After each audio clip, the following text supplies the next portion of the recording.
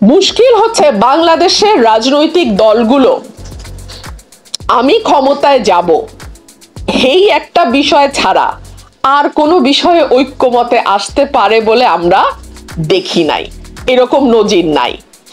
তবে ওই যে সাকিব ভাই যে কথাটা বলে গেল, শেষ বিচারটা আসলে জনগণের হাতে। প্রত্যেকটা যখন যেই সরকারে এসছে তার সুবিধা অনুযায়ী, তার ইচ্ছা অনুযায়ী, তার ক্ষমতাকে সুসংহত করবার জন্যে যা যা করা দরকার এই সংবিধানকে ব্যবহার করে তাই তাই করা হয়েছে। সেই কারণেই সংবিধানটা না 17 কোটি মানুষের সংবিধান কোনোদিনও হয়ে উঠতে পারে নাই। এবং মানুষ, এই দেশের মানুষ কখনো নিজেকে নাগরিক হিসেবে গণ্য করে যে ভোটটা যে দেব আমি আমার রাষ্ট্রের কল্যাণ চিন্তা করে, আমার দেশের ভালো চিন্তা করে, আমি একজন শিক্ষিত, আমি একজন বিজ্ঞ, আমি একজন সত্যিকার অর্থে যিনি রাজনীতিটা বোঝেন এবং করেন তাকে ভোট দেব, এটা কখনো সে ভাবে নাই।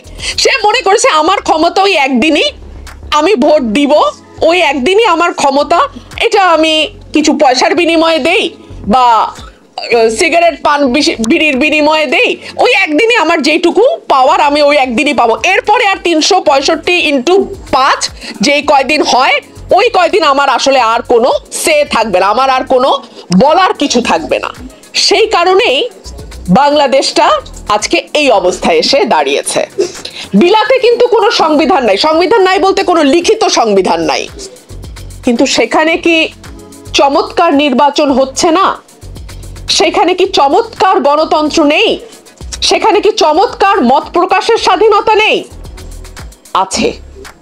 আছে এ কারণেই যে সেখানে দীর্ঘদিনের চর্চায় আমাদের যেই পলিটিক্যাল সংস্কৃতি, রাজনৈতিক যে সংস্কৃতি আমরা তৈরি করেছি সেই ধরনের কোনো সংস্কৃতি সেখানে গড়ে উঠে নাই। আমাদের 27 থেকে 44 মৌলিক যে অধিকারগুলো, মৌলিক অধিকারগুলোর এই 27 থেকে 44 অনুচ্ছেদ যদি আপনারা দেখেন, আপনারা দেখবেন সেখানে মত প্রকাশের স্বাধীনতার কথা বলা আছে, কিন্তু যদি ইত্যাদি ইত্যাদি দিয়ে। সেখানে সমাবেশের স্বাধীনতার কথা বলা আছে, যদি কিন্তু ইত্যাদি দিয়ে। অন দি আদার হ্যান্ড আপনি যদি চায়নার কনস্টিটিউশনটা দেখেন, দেখবেন যে সেখানে কিংবা সোভিয়েত ইউনিয়নে যখন ছিল তখনকার সংবিধানে সেখানে কোনো যদি কিন্তু ব্যাপার নাই, পুরোপুরি মত প্রকাশের স্বাধীনতা শতভাগ। কিন্তু সেখানে কি আসলে আমাদের চেয়ে বেটার অবস্থা চায়নাতে? নট এট অল, আমরা জানি। সুতরাং কি আপনি লিখলেন তার চেয়ে অনেক বেশি গুরুত্বপূর্ণ কি আপনি করছেন, আসলে বাস্তবে আপনি কি করছেন। আইনের শাসনের কথা আমরা সকলেই বলি, আইন সকলের জন্য সমান, এই কথাটি আপ্তবাক্যের মতো আমরা সকলেই বলি, কিন্তু প্র্যাকটিক্যাল ফিল্ডে প্রয়োগের ক্ষেত্রে কতটুকু সেটা মানা হয়।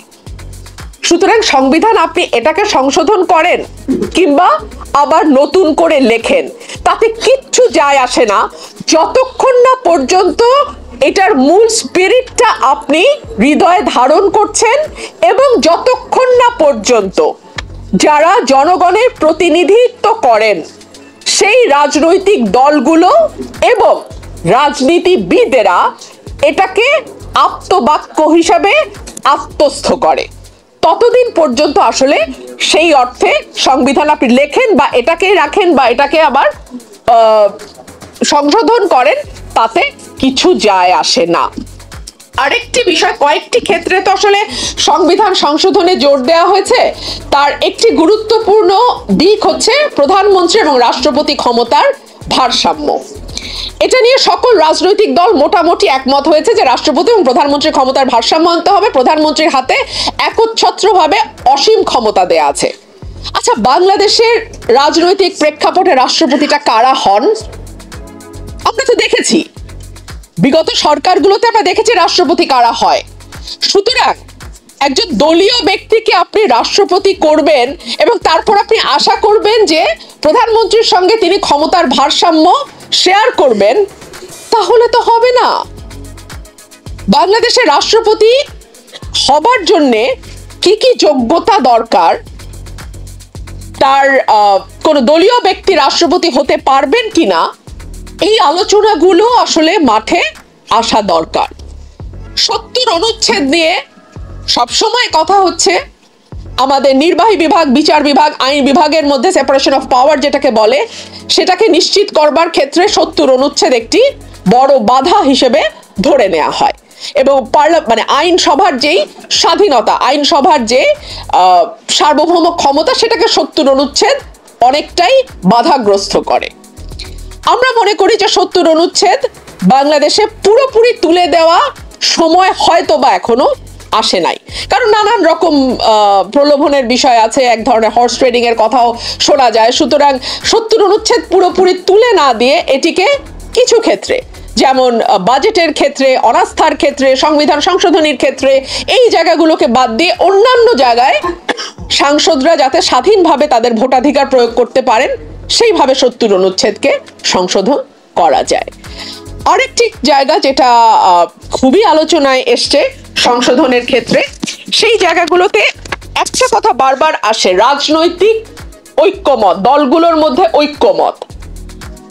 মুশকিল হচ্ছে বাংলাদেশের রাজনৈতিক দলগুলো আমি ক্ষমতায় যাব এই একটা বিষয় ছাড়া আর কোনো বিষয়ে ঐক্যমতে আসতে পারে বলে আমরা দেখি নাই, এরকম নজির নাই। তবে ওই যে সাকিব ভাই যে কথাটা বলে গেল, শেষ বিচারটা আসলে জনগণের হাতে। মানুষ যদি চায়, এটা আমাদের একটা বিরাট সম্ভাবনার দরজা খুলেছে 5ই অগস্ট।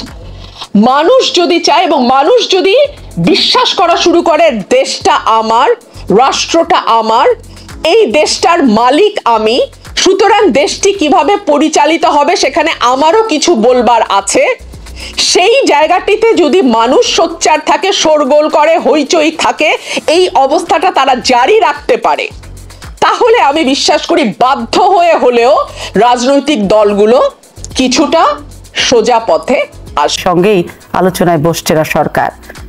সাধারণ ছাত্রছাত্রীদের সাথে আলোচনায় বসেই কি এই সমস্যার সমাধান ঘটবে? আরেকটি বড় কথা, যে ছাত্রদের সঙ্গে যদি আলোচনায় বসে এই সমাধানটা এই মুহূর্তেই করা যায়, তাহলে এত দেরি হয়ে গেল কেন? আরো আগে তো বসা যেত। এই কথাগুলো তো সাধারণ মানুষের মনে এবং যারা রাজনৈতিক নেতাকর্মী আছে প্রত্যেকের মনেই ঘুরপাক খাচ্ছে। এখন এর মধ্য থেকে সবচেয়ে বড় যেটা প্রশ্ন, সমস্ত দেশের মানুষ যারা দেশ বিদেশে আছেন তারা সকলেই চাইছেন বাংলাদেশের শান্তি।